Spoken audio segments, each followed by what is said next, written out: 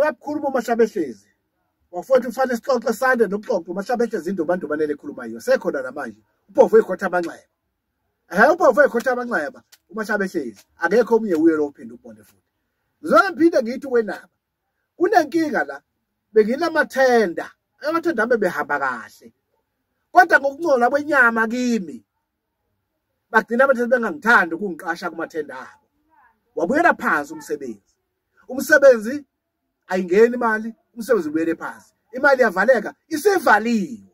Ngoba izimfa abona zohlala zikhona njalo.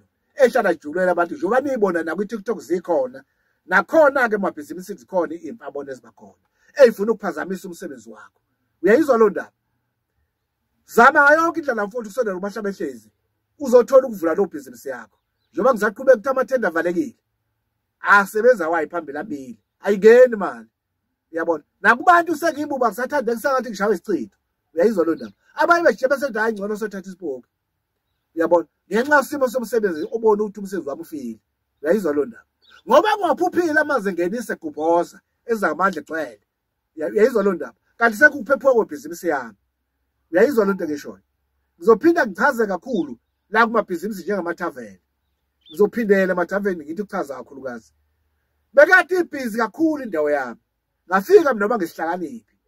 Vele bengingathandi ngifuna ibhizinisi ibe phezulu.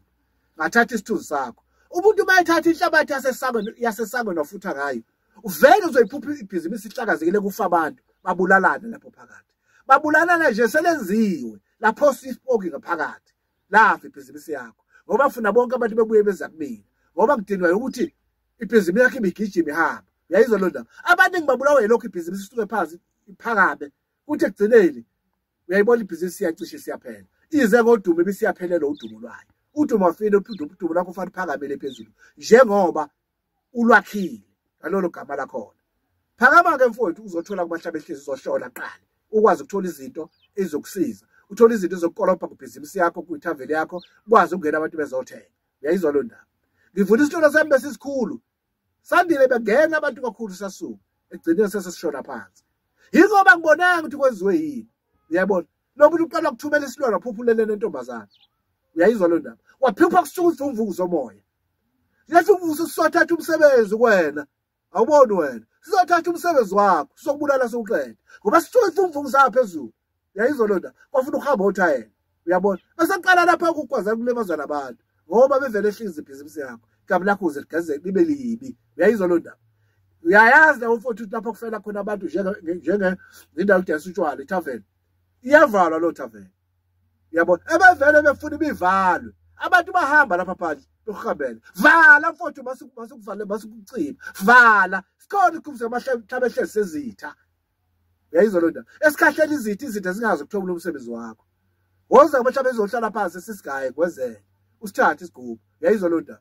Ibhizinisi konke ke ngizokhuluma sengokukhuluma kuwena usuqhamukile phambi kwami phethe imali yakho uzosithola. Uyayizwa lo ndaba? Ngiyazi ukuthi khona abathi nje bakhuluma nje abathi scam. Uyayizwa lo ndaba? Hlala ke mfowethu ulalela abantu abathi scam uvume na uthi bathi scam.